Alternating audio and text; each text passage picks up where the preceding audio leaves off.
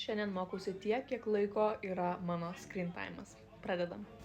Na žinoma, tokiam mokymuisi rinkausi Astra AI programėlę, kadangi jinai veikia kaip korepetitorius ir tiesiog yra labai patogu, kad galėjau sukelti savo konspektus. Realiai aš nusiskrinčiotinau tiesiog skaidrės iš dėstytojo medžiagos ir viską įkėliau ir tada bendravau su savo AI korepetitorium, kuris man tikrai labai padėjo. Ir tuomet dariau tokį dalyką, kad rinkausi pasiruošimą testui, tada vėl bendravau su AI korepetitorium tikrai ilgokai.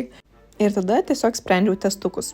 Iš tų sprendžiau geras 3 valandas, ar jūs galite patikėti, nors su AI korepetitoriumi bendravau. Ir galiausiai pagal tą kiekvieną temą buvau ir susikūrusi podcastus ir tiesiog chillinau, klausiausi.